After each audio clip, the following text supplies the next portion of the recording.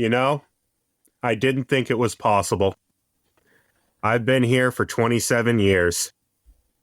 And in all my years of watching motorsport, I never felt bad for Denny Hamlin. Until now.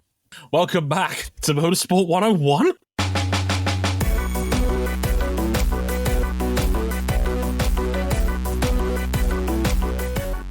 That might be the most startling admission as an intro we've ever had on this show. We're coming up to 10 years in the books now. Holy that hell. Crashing in the background is, the remaining parts of 2 stock cars coming to a rest, still, weeks later. Yeah, as Jason in our chat quite rightly puts, how can you turn Denny Hamlin and Joey Logano into baby faces? This is like rival street gangs uniting under one force. It's the Bloods and the Crips meme picture all over again. In United against the certain NASCAR driver, which we'll get to in a minute. I'm Dre Harrison, by the way. Welcome to episode 538 of Motorsport 101. Consider this your general catch-up episode because we've been gone for a week. We took a week off, obviously, with no major motorsport series going on this past weekend, except for NASCAR, which we only talk about in passing on this show. But, of course, this past weekend, we had MotoGP over at the Red Bull Ring in Austria, and IndyCar at Gateway for the Bonmarito 500. We're going to be real with you on this one. This is not going to be a MotoGP episode because sadly... No, we could. Dre, we are experts at getting blood from a stone, but there still ain't much left to get out of that entire weekend. We could go through all 3 series, and we wouldn't have much for an episode, going to be honest with you. We struggled to push 30 minutes on it. There really wasn't a lot to talk about on this one. Now, I mean, for those who may have missed it, Francesco Bagnaia completely dominated the weekend, won the sprint and the Grand Prix, as the form book suggested. He tends to go well in Austria, and he did so again here. Jorge Martin tried a couple of early moves to get in front of him, couldn't stay with him in the end. Took a pair of second places on the weekend. Marc Marquez was interested in the sprint, but then tucked the front on his own at the turn 3 hairpin in the Grand Prix. His ride height device wasn't working because his front valve had stopped working on his front tire with half an hour ago before the race had even started, which kind of just jeopardized his own race, really. Still finished 4th in the end, but was probably the only other person that could have maybe tangled for the win. But really, it was a Bagnaia walkover. Look, this is nothing against Bagnaia. He was brilliant. He was also incredibly dull. There's no getting around it. Yeah, we can sum it up with really this. Bagnaia, Vietti, Alonso. Them. Yeah, beatings. They just beat all the 3 over classes their knees. Beatings. Yeah, Celestino Vietti, his first win in Moto2 this year. He again, another guy that goes very well in Austria. Has won there before. I think it's his 3rd win in Moto3 and Moto2 combined in his career. Vietti, he loves Austria. He dominated that Moto2 race to win pretty comfortably. And David Alonso won his 7th Moto3 race of the year. Yes, he's won 7 races out of 11 so far this season in Moto3. He is ridiculous. Ahead of David Munoz and Danny Holgado on that Moto3 podium. A couple of rider moves as well. Ayagura confirmed that Trackhouse. That's a nice move for him. Sergio Garcia actually staying put at MT Helmets MSI for next year. I think it's a crying shame that no one is looking at him for next year in MotoGP, quite frankly. He's been excellent pretty much all season long. In what universe can we watch Jack Miller continue to flail around in the middle of nowhere for the last season and a half, and Premac Yamaha, that's our guy, over Garcia, who's been phenomenal in Moto2? I just don't get it. And then Miller, who was on track for his best weekend of the year, was 5th in the sprint, was running 5th again in the Grand Prix, and then tucked the front of the chicane. That's classic Miller. If he's not burning tires, he's tucking the front. You know that meme of the parent holding up the baby, the other baby is struggling to stay above water and crying, and that there's the skeleton at the bottom of the water. It's like English-speaking MotoGP markets, and MotoGP, the parent is holding up Australia because we still got Jack Miller. England's crying in the corner, and us in America, we're just you mean to tell me that Joe Roberts can't even get a hometown discount? What are we adopting? Agura as one of our own? Absolutely. I guess. Yeah, that's an Agura surprise. That is an Agura surprise. Joe Roberts right now, 35 points better than the next Kalex right now. And nowhere to go. I do find it funny that the American racing team, the OnlyFans American racing team, put a very bitchy status on their Instagram page after it was announced that Agura was going to Trackhouse by saying, American racing team supported American riders since 2019, to which my first thought was, so, tell me, what happened to Sean Dillon Kelly again? Gone. We have no pipeline. The pipeline is gone. They salted the earth it stood on. Sean Dillon Kelly, Cameron Bobier, rest in peace. We miss you. They're still racing at AMA Super. Get ready to learn Moto America, buddy. Dead. Now, yeah, I do find it funny that the thing is that I said this from day one. The English speaking markets are getting very thirsty about this. It seemed that Joe Roberts was genuinely upset and pissed off that he didn't get picked for the Trackhouse gig, because I could see in interviews and the way and his body language when he was getting ready to race in Moto 2, he seemed like he genuinely thought he had a shot at that seat. And I'm not sure what people got the impression from. I think people might have been whispering sweet nothings in his ear, because if you're going purely on ability, Agura blasts Joe Roberts into the middle of next week. I think there's in an ideal scenario, I think they all three go up: Garcia, Agura, and Roberts. Well, Agura was destined to take a Honda seat, but you want to do that right now? Fuck no. No, he chose his own path. So it looks like if anybody's replacing Taka Nakagami, it's Suncat Chantra. Why? For what purpose? For what purpose? For what? For whom? Honestly, Nakagami's been fine this year. He's been actively one of their better riders. I've got nothing against Suncat Chantra, but where's the hype gone? He's dynamite around his home track, and he's dynamite around Indonesia. That's it. That's it. He's a fringe top 10 runner. And he's 10th in the championship right now. He is precision mid. Yeah, he's mid with a bit of spice. The Americans are desperate for Joe Roberts. The Brits are desperate for Jake Dixon, who is actually probably going to be one of the main title contenders next year, because he's going to Mark VDS next year, who will be on Boscanoro's chassis for 2025. It looks like they're going up to 6 bikes next year. That's going to be on their chassis alongside their own team, the Speed Up team, and the MT Helmets MSI squad. But overall, are we really going to put a 30-year-old Jake Dixon after 8 years in Moto 2 into the top flight because there is no British pipeline either? Scott Ogden has not improved from his Moto 3 days. Josh Watley got sacked mid-season this year from Michael Laverty's own team, and there is no one coming up from the British pipeline elsewhere that's going to get in. It's the same as America. We are Malcolm X right now. Oh, that brother's starving right now, because that's where we're at right now, and that's where the Americans are seemingly at right now too. So I guess we're all in together on this one for once, gentlemen. How about that? Nothing since Spees. You know what else we're reunited on? Something we missed while we were away. The NASCAR race, the Cup Series race at Richmond. Did y'all see this finish? Of course we did. We all saw this finish. I watched it live. Why don't you tell the folks at home what happened? Because a lot of our listeners may not watch NASCAR. Let me go grab the bottle of Everclear. Right. So it's last laps. Well, let's paint a little bit of a picture.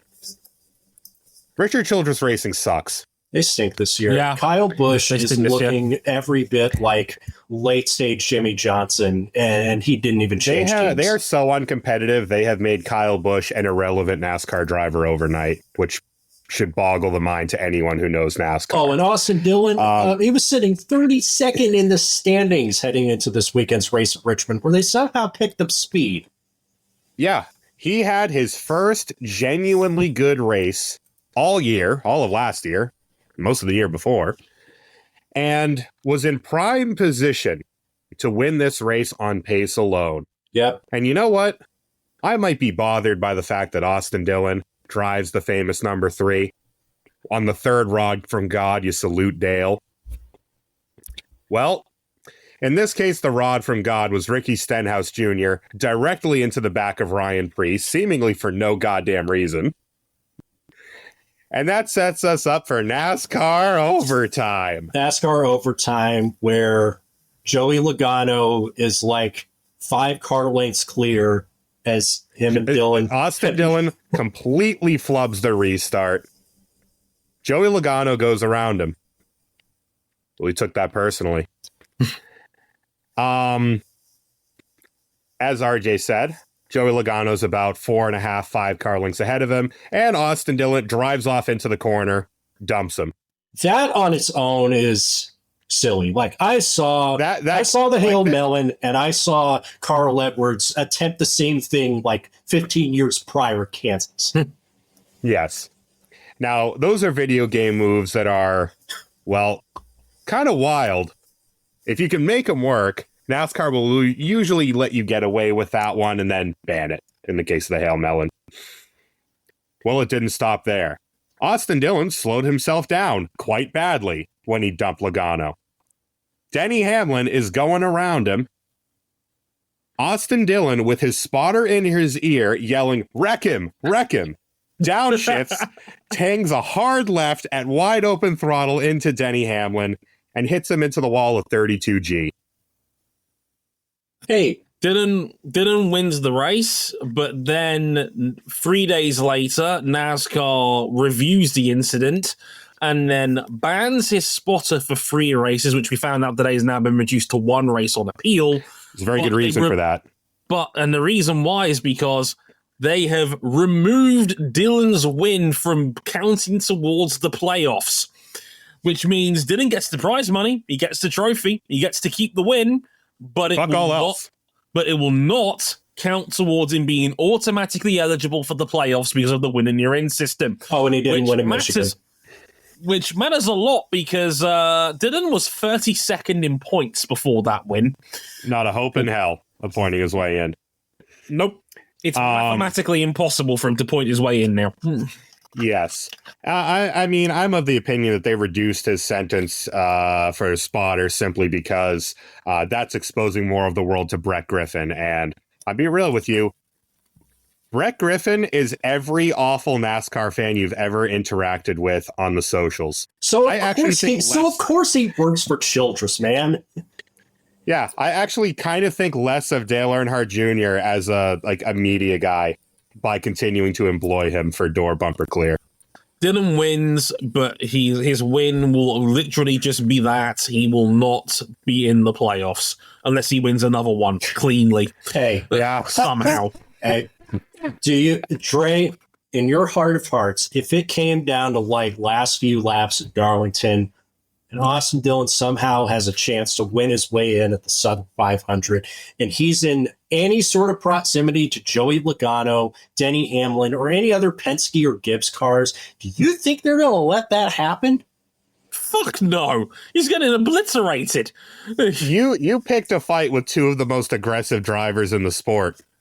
Jimmy Logano, who is the modern day embodiment of the "I didn't mean to wreck you," honest, and Denny Hamlin, who will run over his firstborn for a NASCAR championship at this point. Let's talk about the process of running his firstborn on Actions Detrimental with Denny Hamlin, his podcast on the Dale Jr. on the Dirty Mo Media Network. This series of incidents activated a whole new portion of my brain. Because I felt sympathy for Denny Hamlin, and I am sick. What is wrong with you? Disgusted. What? That is disgusting. How dare you? It's almost as disgusting. The funnier part of this is that having like a car that could have won Michigan and getting taken out by the guy who supposedly calls himself better than Max Verstappen. Young accidents. Kyle Larson.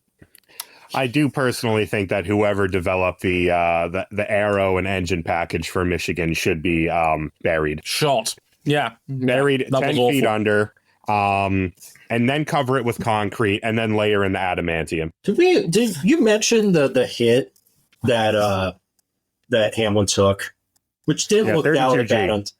That's harder than the hit that forced Kurt Busch to retire. Well, the problem is that the way he hit the wall, he hit nose first, and it swung the car into the wall and broadsided it up against the passenger side. And those hits are always rough. I mean, it hurt his shoulder. So I am glad that I didn't have to swear off NASCAR, because if they had not punished this was probably going to be the incident. They were backed into a situation where if they did nothing, their sport was literally in disrepute. I know everybody says, NASCAR's already in disrepute because we have the playoffs and all this stuff. Like, I've heard so many arguments about the playoffs.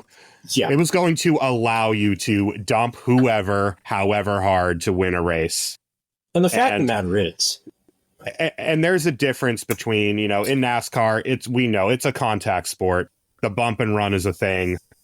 The dump someone from 5 car lengths back really shouldn't be a thing. And the right hook someone on a straightaway really isn't a thing. The only time NASCAR ever took a win away for avoidable contact was when Ricky Rudd bumped in the back of Davey Allison at Sonoma in 1991. And I get it. That was an egregious overreaction to what was not really that big a contact. But the alternative can't be dumping 2 cars from 5 car lengths back to win a race, man. What are we doing? I think if it was Logano alone, I think they probably would have let it slide. But you can't just hook someone on a straightaway like that. And this is what happens when you make your entire regular season a playoff format of guaranteed playoff entry if you win a race. Dre, you get shit like this happening. But Dre, here's the thing. I love the game. I love the NFL game where someone jumped someone's knee to get themselves in the playoffs in the second game of the season. The playoff format encourages this to the point, but eventually you got to take responsibility for the choices you make. Because I can tell you, there are a number of different drivers that are desperate to win that are going to take 2 drivers out in the space of a quarter and a half. It can be both, is what I would say in response to that. It can very well be both. It can very well be a case of, I know for a fact that over half that NASCAR grid would not resort to that to try and get into the playoffs. But at the same time, when you've built your entire seasonal format on making your first 25 races of the year not matter if you don't win one of them, is it any surprise that someone's going to take that chance? No. You've encouraged it. Harvick tried this in the playoffs a few years ago. Yeah, because why wouldn't you when it's winning you're in? I mean, yeah. Playoff formats do not work in motorsport. No, they don't. You know what also doesn't really work in motorsport? Race control. Charter systems where you're locking provisional entries out before they even get a foot in the door. And that brings us to the remainder of this episode. IndyCar. Yes, after this, IndyCar's Gateway 500, the Bonmarito 500 at WWT Raceway, formerly known as Gateway. Let's get cracking, shall we?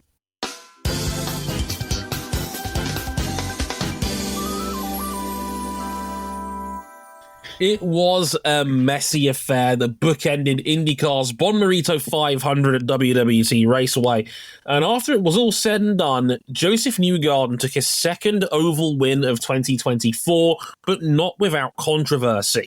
At the start of the race, Rinus VeeKay checked up, leading to both Jingosi's crashing alongside Kyle Kirkwood, which now has probably, sadly, put the Florida man out of title contention. But the shenanigans really started at the back end of the race. On lap 196 of 260, Will Power pinched David Malukas in a fight for what was the net lead of the race, with the Meme Lord heading north into the outside wall after being pinched. No further action was taken. Remember that, it becomes important later. On the ensuing restart after they cleaned Malukas' car off the road, Josef Newgarden was debatably late in taking off, and the resulting stack-up caused Alex Rossi to drive over Will Power's number 12 Penske, putting them both in the wall alongside Romain Grosjean. Power was incensed, bollocking David Malukas when he got out of the car after the fact and giving Newgarden the bird in pit lane. The famous Will Power bird. We've been here before, haven't we? Race control again. Took no action, and Newgarden powered away on the final restart to victory ahead of Scott McLaughlin second, Linus Lundqvist in third, his second podium of the year, his first since Barber, and championship leader Alex Palou in fourth, extending his championship lead to 59 points. We got some questions to ask the panel here. And first of all, what did you make of Newgarden's performance? Did the restart warrant further review? And were the stewards on point in general? I'm so over IndyCar race control at this point, man. The way they officiated this race was, even if you ignore what happened with Newgarden, it was inconsistent, to say the least. Catherine Legg was punished for dive-bombing Ed Carpenter into oblivion early on. That I thought was right, that Catherine was punished for that, even though it didn't matter, her car was dead anyway. Will Power absolutely hit David Malukas, pinched him on the apex of turns 1 and 2. The contact put Malukas into the wall after he skidded up because he couldn't control it after being tagged. And the stewards sat on their hands on that one. And then they did nothing with the Newgarden restart, which, okay, the more that comes out about it since, the more it seems that, okay, it seems that Newgarden's restart was above board, but I swear to God, if it was so above board, how did Alex Rossi end up stacking up and driving over another car? Is what I would say in response to that. The half dozen drivers behind them all call him out on how he conducted himself on the restart? Yeah, I'm not convinced. Multiple teams. I'm not convinced on that one personally. And then at the end of the race, with less than 2 laps to go, Colton Herta puts an aggressive chop block on Linus Lundqvist. Okay, it was aggressive, but no contact, no harm, no foul. That got hit with a blocking penalty, which demoted Colton Herta a position, dropped him from 4th to 5th, put Palou back up to 4th at the end of the race. So that was a penalty, but Will Powers wasn't. I find this baffling from IndyCar race control, and I know I'm not the only one who spoke out about this after the fact, because a lot of teams were not happy with how IndyCar conducted themselves in this race. The Andretti camp was livid. Brian Herta was seething after this race, and he's not the sort of guy that normally gets angry about these kind of things.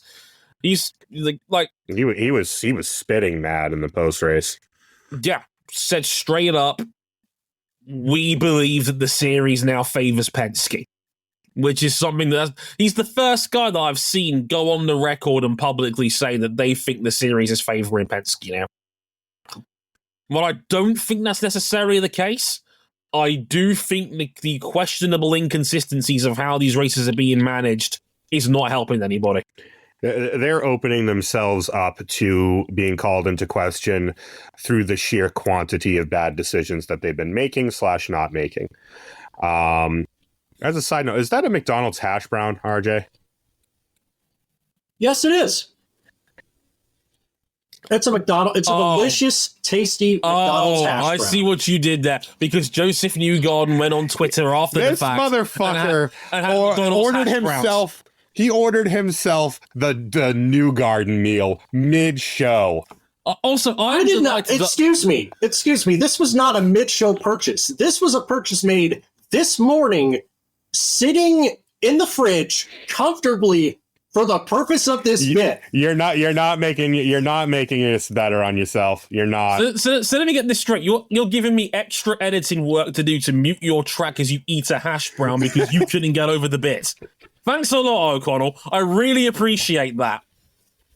You fucker. And he didn't even get me a McGriddle. Fuck this guy. You could have asked. I want King back. I want King back. Get this guy out of here. You could have asked, just like IndyCar could have waved off that restart at 252. Yeah, and why? Well, it would have been a bit late, given that Rossi was already going into low Earth orbit. Like again, that's not the. All I'm saying is, saying that race control could have waved that restart off. You're proving our point. Exactly. You're just saying that ultimately. Fair point. Yeah, all you're saying is race control thought that was above board. I refuse to believe that, because there is no way that IndyCar drivers that have been doing this 100 times over would suddenly have Alex Rossi drive over another dude and act like that was completely normal. And if it was so bad, why didn't IndyCar wave it off then? Dre, I think the issue is before that, because, I mean, we saw it basically from, behind on Newgarden's car. One, he drags the brakes to the point where McLaughlin hit him. They did make contact. Mm-hmm. And you see a little flame puff pop up out of his exhaust. He was playing games. Now, he was. as the lead car, you get to control the restart. Yes. But there's also a certain level of etiquette involved where you're not supposed to drive in a dangerous manner. Did Newgarden? I can hear arguments one way or the other, but ultimately it caused the the way he conducted the restart caused the stack up behind him. I thought on a personal, deep level, as the Alex Palou-pilled man of the group. Mm-hmm. Absolutely hilarious watching him get fourth from jack shit. Oh, man. Once again, Luigi wins by doing nothing, and he now has a 59-point lead because, A, he took avoiding action in that incident before anything even happened. Alex Palou he's so good at this, man. Dude, other than the crash and the incident with Newgarden, was it Detroit? I feel like I've blocked it out of my memory. It was Detroit, yeah. I'm remembering the GM building in the background. He hasn't finished outside the top 5. He is in the middle of a generational run of championship success. I am laughing. He watched Willpower get mounted, and he's just thinking, I'm laughing all the way to the bank. Yeah. The big winner was Scott McLaughlin out of this race by finishing in second, but he was 80 points back going into this race. McLaughlin's probably left it too late, which is a shame because he's the informed man in this championship right now. Trey. Yeah. This is IndyCar in 2024. Mm-hmm. Is anyone catching Alex Palou with a 59-point gap while we're going into Portland? Alex Palou owns real estate in Portland. He's won 2 out of his 3 appearances in Portland. Yeah, good luck to him. Good luck to everyone. It's the scene from Top Gun Maverick when Rooster's spinning towards the ground, thinks about shooting at Maverick, doesn't do it because he's still bitter about his dad dying in the original movie, and then Maverick turning around and saying, well, sorry, you had your chance. Because this was the chance. This was the chance because Palou's car was not particularly competitive. Ganassi in general were pretty sloppy this weekend. Linus Lindqvist came out of nowhere. Pit strategy got him into play late on. But generally speaking, he was nowhere to be seen in terms of relative pace. This was the race where Penske should have punched Chip Ganassi in the dick. And they failed. They failed despite getting a 1-2. Yeah, they got the win, but Newgarden is not a contender this year. Newgarden was 145 points off going into this race. He's not winning the Astor Cup. He's having his worst IndyCar season in a decade right now. There's no getting around that fact. McLaughlin, if anything, Penske now has to sit back and acknowledge that they might have to go all in on McLaughlin to have a chance at winning the title. Because he's their best shot now, in my opinion. Given the intra-team beef that's been brewing over there, good luck making that happen. They were at loggerheads after that race. Willpower ruined the whole thing by going and apologizing to both David and Joseph after. You ruined the hate culture. You're ruining the seasoning in the hate culture. It's like washing your cast iron pan with soap. Because, heaven forbid, the 43-year-old man woke up and realized he was being a twat.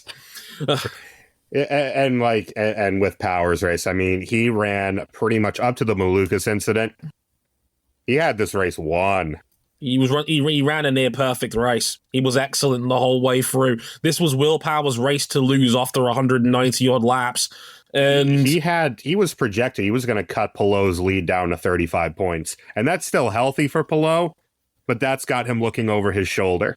Yeah, I think he realized that when he came down Malukas, and like we all three of us agree, like he came down Malukas. Even Will Power probably agrees at this point. He pitched out Malukas.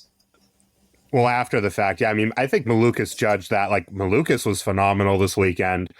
Shank in general were quite quick. Yeah. They've moved their technical partnership over to Ganassi, which is very interesting for their prospects going forward. More on that later. Yes. Yeah.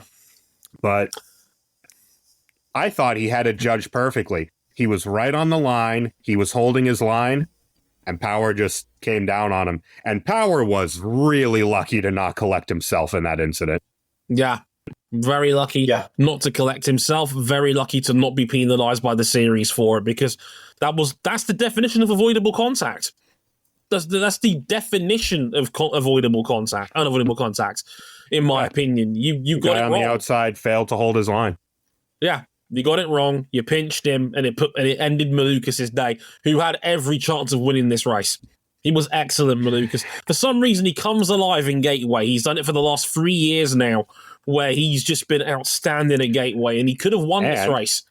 And that incident, in hindsight, it put him in the position to eventually get hit by Rossi, but it basically handed the race on a platter to Newgarden and McLaughlin, who effectively got a free pit stop and fresher tires at the end of the race. Yeah, because they were the last two to go in from that last pit cycle, which they were in the middle of as the incident happened, and they had a lap on the field when the caution came out, so they effectively got their pit stop for free, because they were the only two cars on the lead lap when at the time the caution ran out. It was the carbon copy of what happened in Iowa Race 2 when Power and Palou were the only two cars on the lead lap when Canapino spun off and hit the wall. So once again, the timing of a caution had a huge hand in ultimately deciding this race. This one was a bit more coincidental compared to Iowa Race 2 when they blatantly delayed it for when Canapino was stranded on the inside wall of the track. But again, this is IndyCar race control. Who knows at this point? I knows. Why was Colton Herta penalized? It's a really aggressive chop block. And we wondered the same thing about Scott Dixon not getting a penalty when he chop blocked Ryan Hunter-Reay at the 500. How different is that conversation if Scott Dixon ends up winning that race? No, and look, I thought that should have been a penalty as well, and it wasn't given. So, again, it's just more evidence in the what's a penalty argument here, because Colton, I can validate an argument for her to getting done for blocking there in a vacuum. Sure. That was a really aggressive chop block by Herta. End of race, desperation heave, run him off the road, kind of move at 190 miles an hour. I'm not keen for that sort of racing. It's very dangerous. Oh yeah. It could have been very much an airplane crash. It wasn't, but the ingredients were there. However, again, Dixon did this to Hunter-Reay at the 500 at 220 miles an hour, and nothing happened.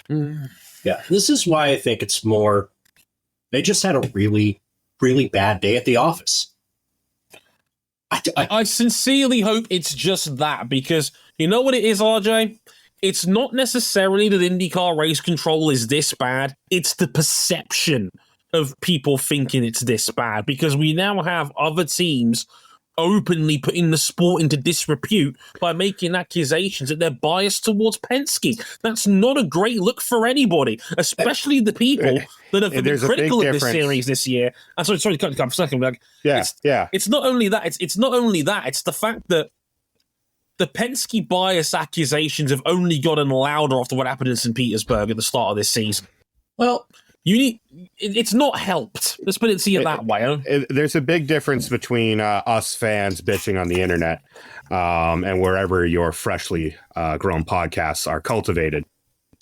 The call is now coming from inside the house. And you know what? Brian Herta is right to feel aggrieved, because since 2020, you know who the most penalized team in terms of subjective penalties is by way of avoidable contact, blocking, failure to listen to race control, DQs, unsafe pit releases, etc. You know who the most penalized team? Andretti Autosport. 19 subjective penalties since 2020 when Penske Entertainment bought the series. But do you know who's second on the list? Team Penske. Team Penske with 17, only 2 fewer. And this year alone, they've received 5 avoidable contact penalties. Yeah. And remind me of those. Most of those were absolutely inarguable penalties. Or Will Powell losing his mind in Iowa. Yeah, that too. Like, it's rough. It was like pretty much like 60-40 split between McLaughlin and Power on those avoidable contact cars. Regarding that restart, I watched it back. I listened to it back. But first of all, regarding the liftoff, that ended up being reflections off the paint that wasn't actually sauce flame.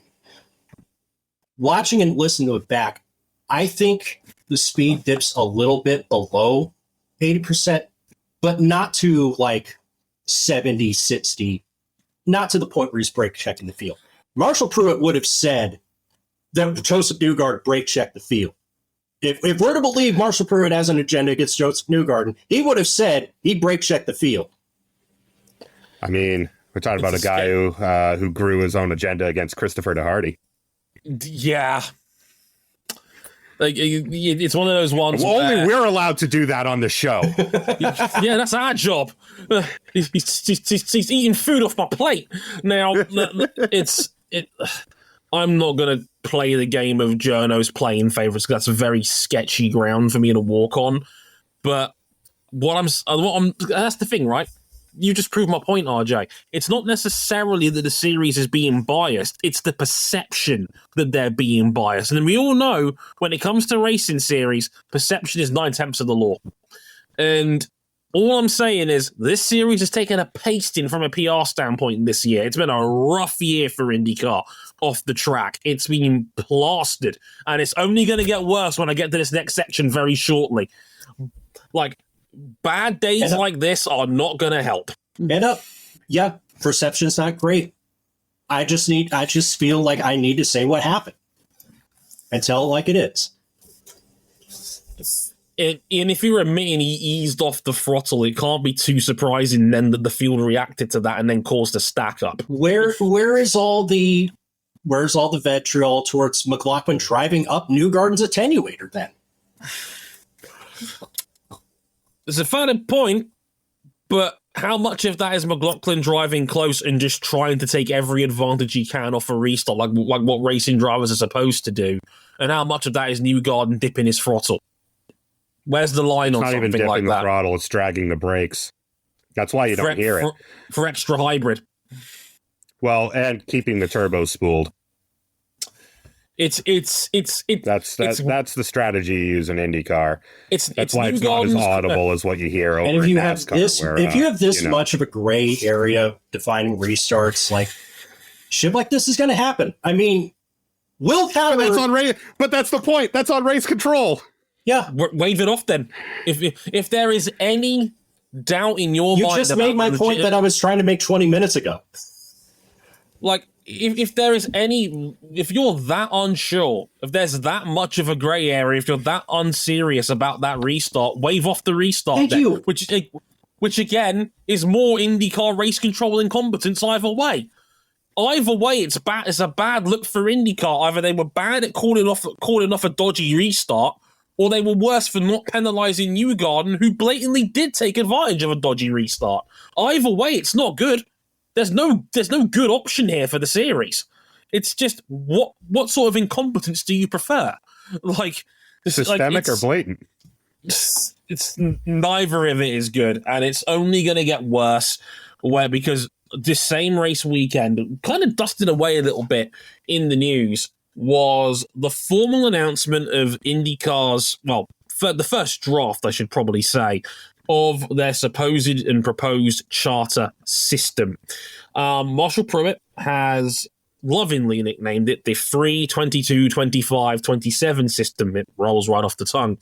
I can break this down for you real quick because here's why it's been named as such. Now, to get the big points out of the way, there'll be a maximum of 3 charters per team going forward. Remember that again.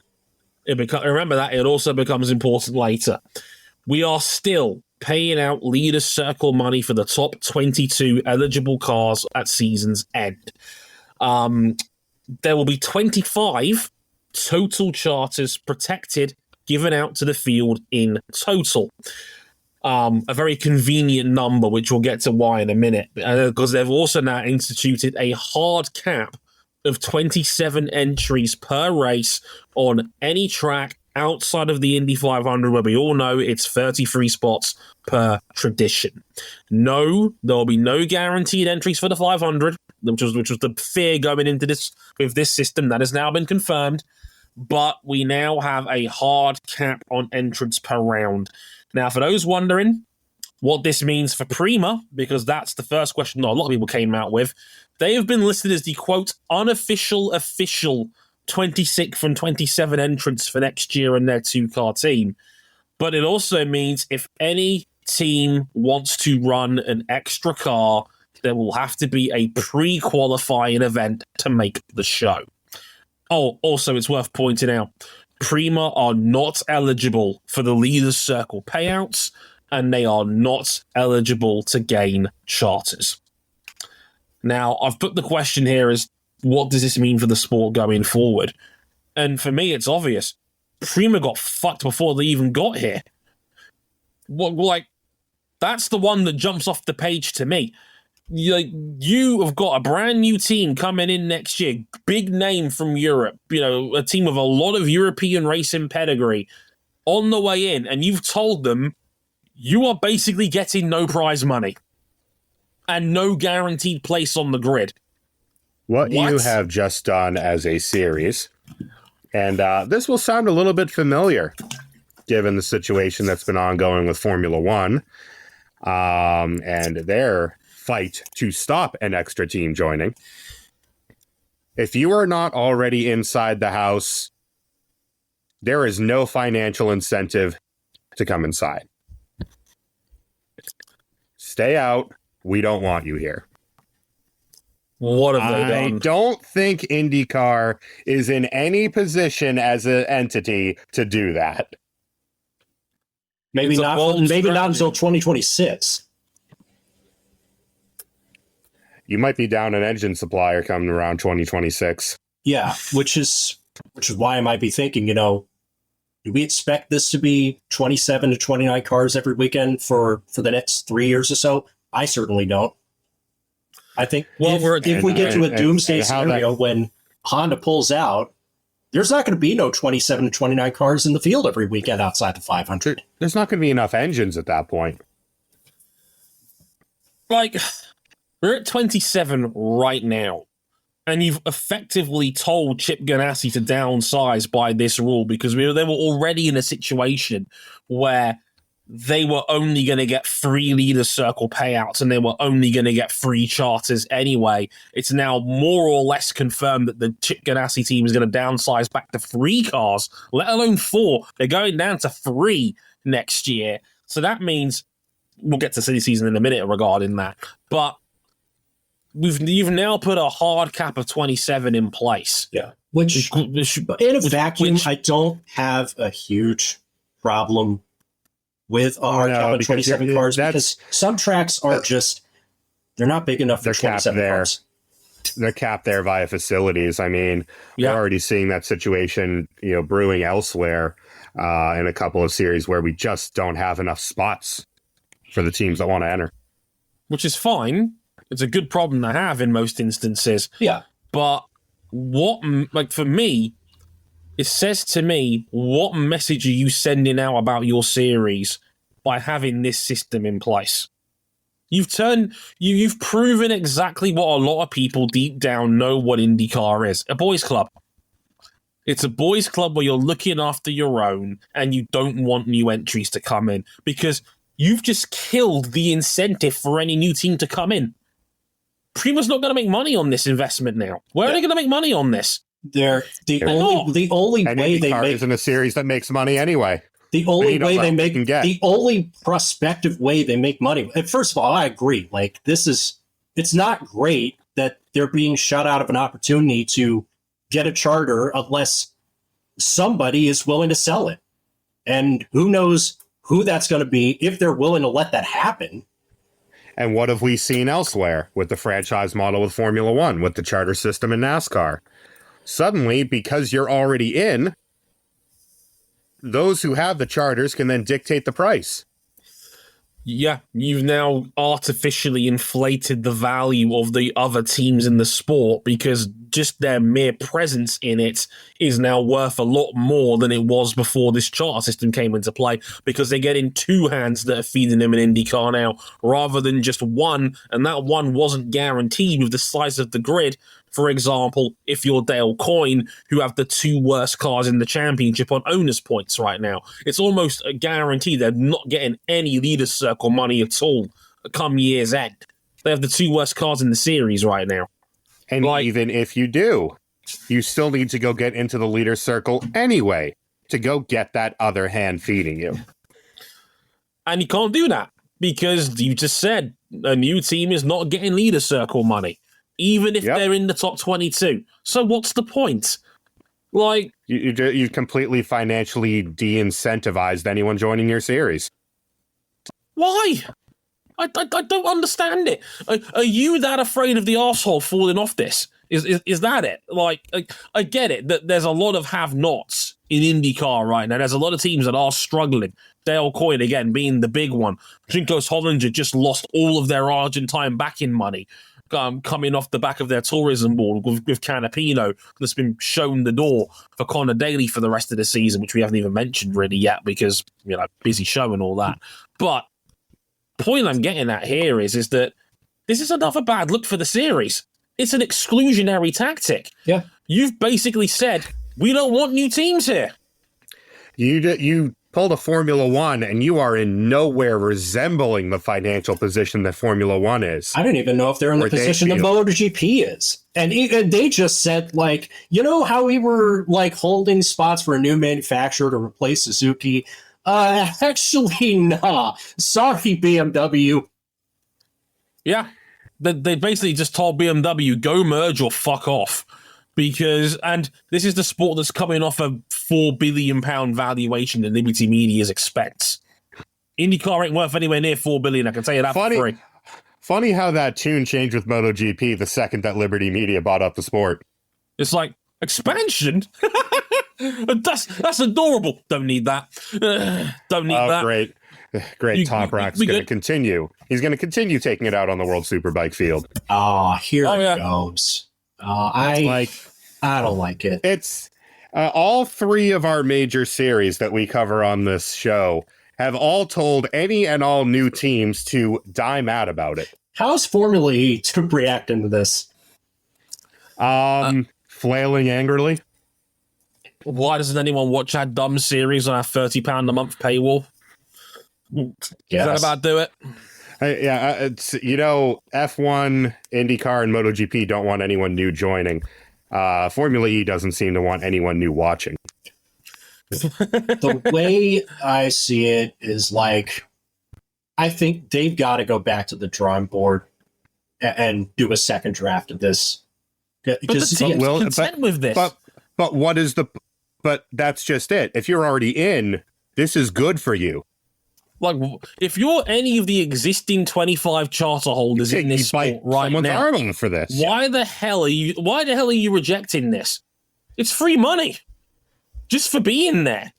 Yeah. The only part from what we've heard from the reports that people have a problem with is the quote-unquote Dale Coyne rule about only having 3 drivers per entrant per year now.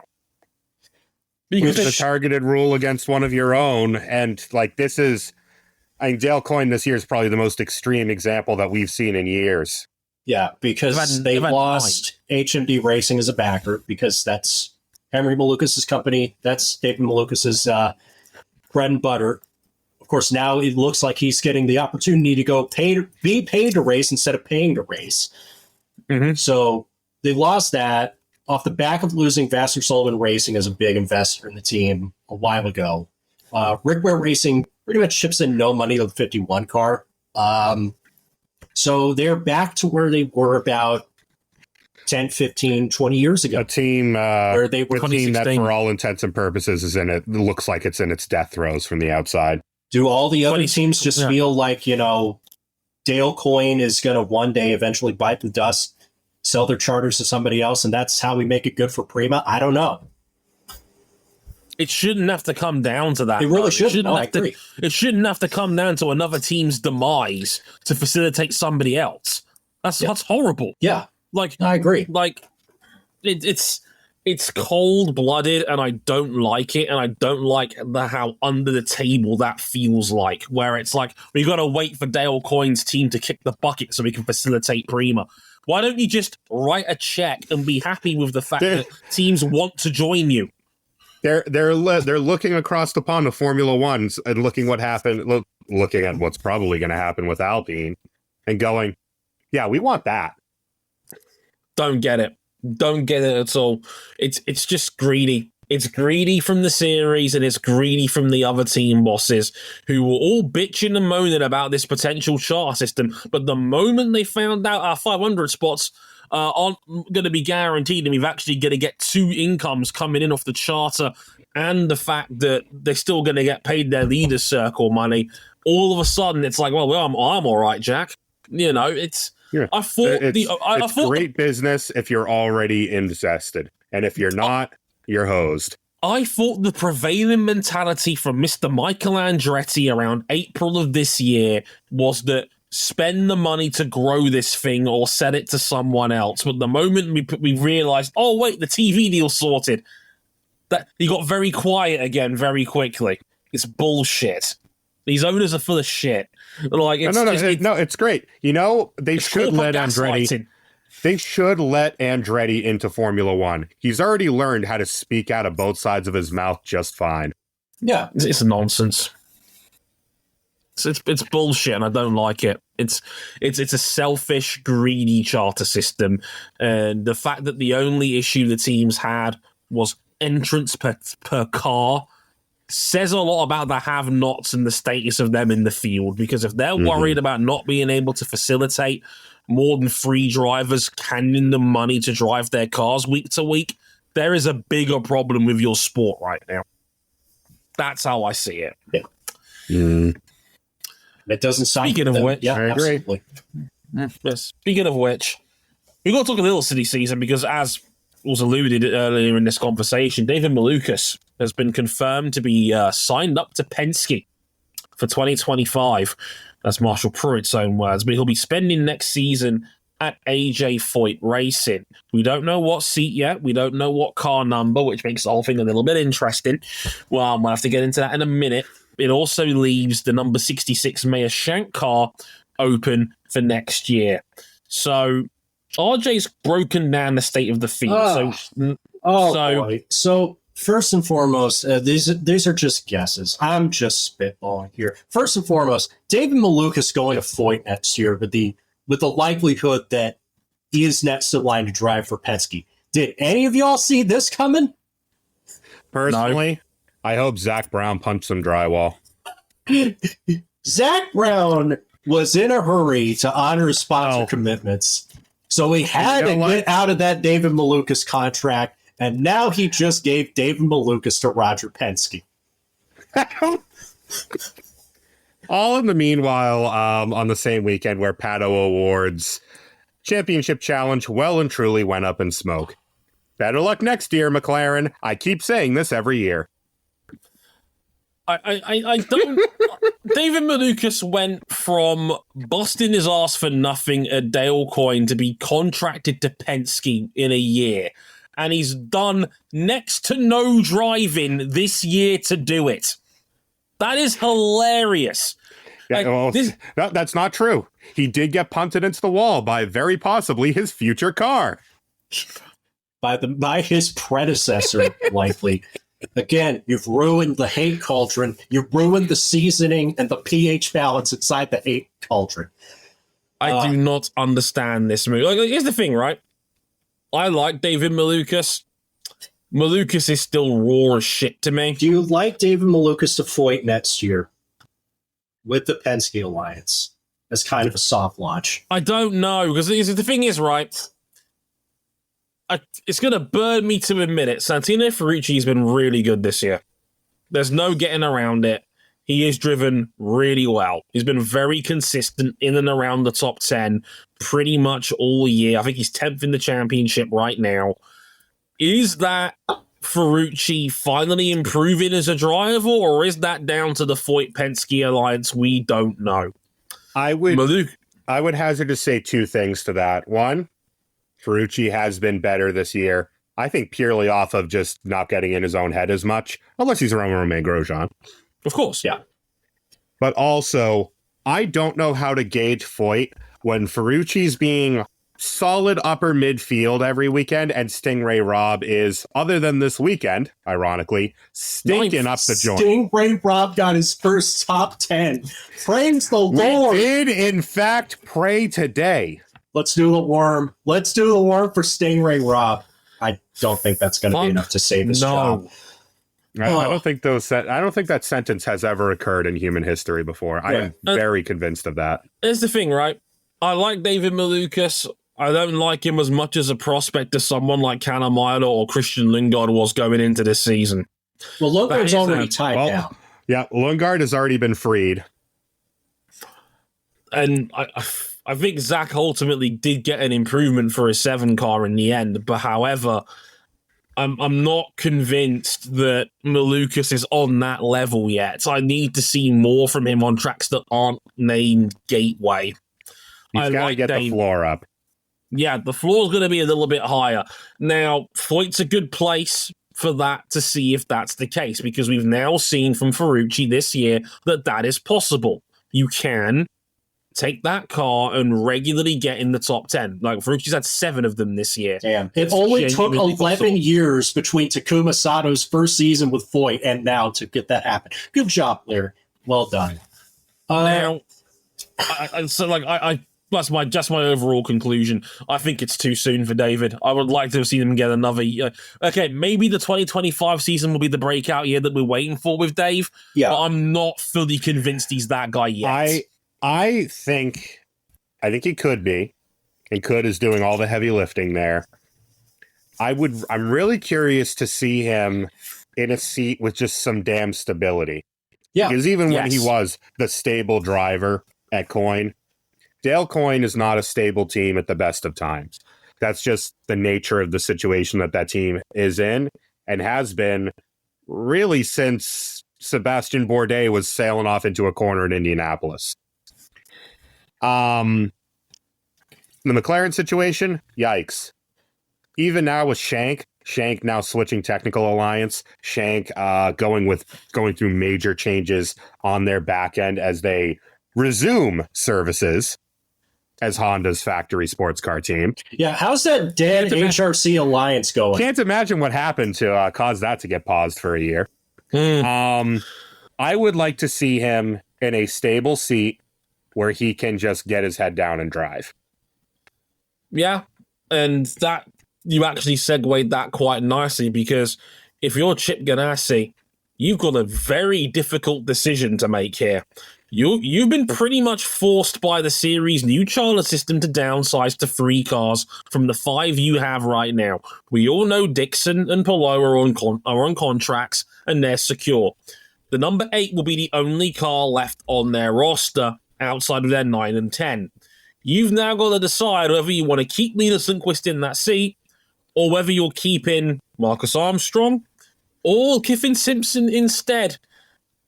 That's a genuinely tough decision, because Linus Lundqvist has been a solid rookie this year, but Armstrong has been better, and he can probably fund his own seat. Tricky call, this. There are worse drivers to be forced to pick between. No, I agree. It's not a terrible issue to have. I think if it comes down to Armstrong or Lundqvist, whoever doesn't get the 8 car likely gets the seat that's vacated by David Malukas. So I put together like this little board in my thing here. Penske's not going to change this year. Andretti's not going to change. McLaren, please don't change again. Coin, we don't know. Yeah, and that's exactly it. That Ganassi technical alliance comes into play. If you've got someone who already knows the ins and outs of their package, you just plug them into that free seat. It makes perfect sense. I don't think Kip and Simpson stays up at IndyCar this year. I think he goes part-time, but the prevailing rumor is Chip Ganassi don't want to do something for the people that are in the soon-to-be ETS Cadillac racing program to stay in the IMSA paddock. So if you need a full-season pro driver, Kip and Simpson in a Ganassi P2, while you figure out what your next move is not a bad shout. And you can also keep around part-time. We don't know what that Ganassi sports car team is going to look like going forward just because they haven't announced anything. The way I see it, I kind of lean towards Dre's inclination, although if it were up to me, I'm putting Lundqvist at Ganassi. And I take Marcus Armstrong, who's still a solid driver and who has money, and take it to patch over, likely, some of the departing money that's leaving out of MSR. And that's the thing. I have no problem with that. But it does lead me to having another question. What do you do with Alex Rossi? That's the big domino. Because depending on which sources you ask, he's either down on his luck, lucky to be like finding a job as an Amazon Prime truck driver, or he has like offers from 27 different teams, including 17 that don't exist yet. My thought, first of all, he does not have any existing ties to Prema Racing from his junior career. But if Prema, charter or not, leader circle money or not, is serious about this, you got to have somebody that has experience to spearhead the program alongside another one of your former juniors, be it Logan Sargent or Robert Schwartzman. If you're Prema and you want to make a statement, go get Alexander Rossi. You could do a hell of a lot worse. He's 500 specialist, as good as any of them when his head is screwed on straight. And, well, more or less take all the pressure off of Rossi. Again, he can kind of just get his head down and drive. He's the best free agent on the board by a country mile. And it's not close. Yeah. It's not It is not even either. fucking close, Trey. He is a top 10 driver in the series and has been since 2017. Like, he's the only bona fide, he absolutely should be on this grid by any and all measure driver on the free agent ladder right now. And I'm startled that everyone hasn't let a beeline for him. But I think, because somebody asked me about this on Instagram when this story first dropped about where does Alex Rossi go, and my first thought was this. My first thought was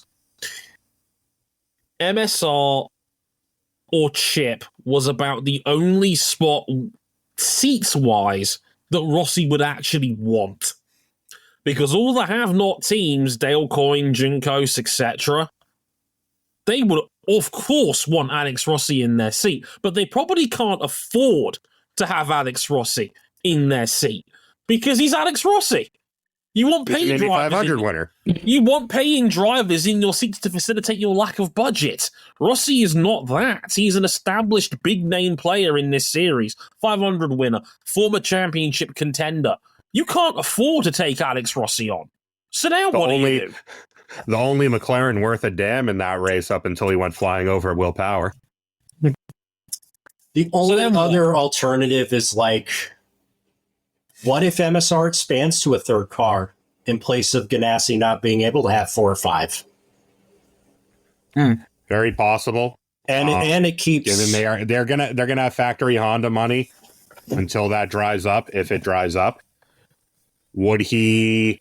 I mean, given he did so when it was the ARX05 over in IMSA, would Rossi split between MSR and a third car and then MSR over in IMSA and one of the Acuras? It's not a bad shout if he wants to keep his endurance racing options open. The only other likely landing spot for him outside of Prema, Ganassi, or MSR is Rahal Letterman Lanigan, although God have mercy on his soul. First of all, if you employ Alexander Rossi and you still can't figure it out at the 500 or any short ovals, get some help. Fold. I also feel like Rahal has too many younger hands reaching from the European ladder, whether it's Yuri Vips or Sean Maloney, to where I just don't know if they're going to have any room for him. I would probably assume that seat. I think that seat's probably going to Vips, unfortunately. Fittipaldi brings his own money, and Graham Rahal is a solid floor guy, but also the family name. The name on the sign. Yes. Name on the sign. Pietro pays for his own seat. And to that effect, even Graham's had a pretty good season considering the pain that RLL has been through this year. Just don't look too closely at the standings where he is a solid 18th with no finishes above 8th. I was about to make this point that, is RLL that catastrophically down bad that we're now considering Rahal in 18th as a good year? Yeah, pretty much. Christ. Because, Lundgaard occasionally on road courses, great. Everything else has been garbage this year. You are 6 places up on Graham Rahal right now. I granted it's close 6 places. You are down worse than James Vowles talking about Carlos Sainz heading to Williams. No, I am not. No one has ever been that down. Okay. No, if we're calling Graham Rahal good for 18th, then maybe you've got a point. Okay. Rahal, Letterman, Lanigan stink. They have stunk for a couple years now. You know what's interesting? And they're losing the one good thing about their team. What's interesting to me is the situation at what is now Juncos Hollinger Racing, because the way it's played out, first and foremost, Agustin Canapino has been let go of the team. Connor Daly's finishing out the season, which is why I couldn't see him at Road America in another series. And apparently, Devlin DeFrancesco's people are in advanced talks. Oh, no. Well, no. Who else is going to pay to keep a second car afloat? Because it's not going to be Romain Grosjean. And the way the season played out... Ryan Eric King is going to pay to keep him out of that seat. I don't know. I know he makes a good living at Jalopnik. I don't think it's that great. Romain Grosjean has become more and more indispensable to the team as this season's gone on. But if they are going to keep a second car afloat, somebody's going to have to pay for it. I'd be real with you, RJ. I straight up don't think they do. Because I don't know if they're going to have the backing for it. So then if that's the case, what happens with Juncos as a single car entrant? Or Hollinger Racing, or DeFrancesco Hollinger, or whatever this team's going to be next year. Good luck to them, is all I would say. Yeah, they don't have any money. They lost all their backing. It's very concerning. Grosjean has been getting blood from a stone with that team this year, but Grosjean has been the only good thing in an otherwise disastrous year for that team. Yeah, and not a lot of it's their fault with the situation in Argentina. Yeah, Canapino lost all his backing, had a public meltdown, and his results cratered. He was the worst full-time regular in the series when he lost his job. Bottom of the standings of all the full-time drivers. It had to be done. Because they were desperate to save their leaders' circle money. It's as simple as that. They got both cars in last year. And we don't know if that's going to happen this year with the way that's going with Daly. It's 4 races left. It's Connor Daly versus a race of Christian Rasmussen and 3 of Ed Carpenter for the final spot. 20 might be fucked, mostly because it's Ed Carpenter. Rasmussen's not been the reason that car's down there. Yeah, I have it on my board that next year will be the year that Rasmussen takes over the 20 full time. It won't be, because Carpenter's got the ego to think he's still good enough to do this. And he doesn't. Carpenter has been he's cooked. Call it what it is. He was great on ovals. He is now cooked. He has not had a top 10 finish since 2021, Ed Carpenter. Enough. For the sake of your team, stand down, please, God. But no, that's pretty much all of the bells and whistles. Let us know who you think will end up where by the time it's all said and done. That's just about it for this week's episode. Next week, we'll be talking about Formula One because their summer break is finally over. It's back for the Dutch Grand. We got the Dutch Grand Prix at Zandvoort this weekend. We'll see if Red Bull can let's see if Max can be the first man to win at that track 4 times. We also have IndyCar at Portland this weekend as well. Can Alex Palou put one hand and 4 fingers on his 3rd Astor Cup at a track that he has won 2 of the last 3 years around? We will have to wait and see. Places you can find us before we get out of here real quick. We're on youtube.com/motorsport101. We're on facebook.com/motorsport101. We're on Twitter at motorsport_101. And you can find us on Elon Musk's 15 lawsuits. Personally at Dre Harrison 101, at RJ O'Connell, and at C Buckley 917. We'll look out for all the deleted tweets. We'll have to wait and see on those. You can also back us financially on Patreon, patreon.com/motorsport101. If you really like us, you can back us on there.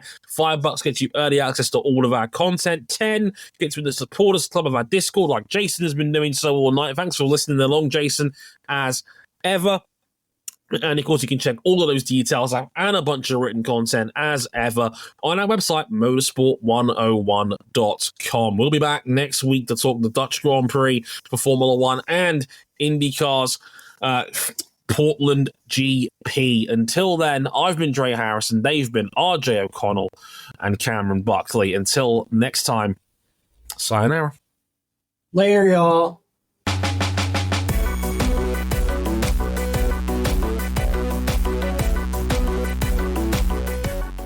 I mean, at least Elon's having a court proceeding that isn't a divorce. Makes a change for him. Which one of his 12 children has he not seen this week? All of them. What else is new?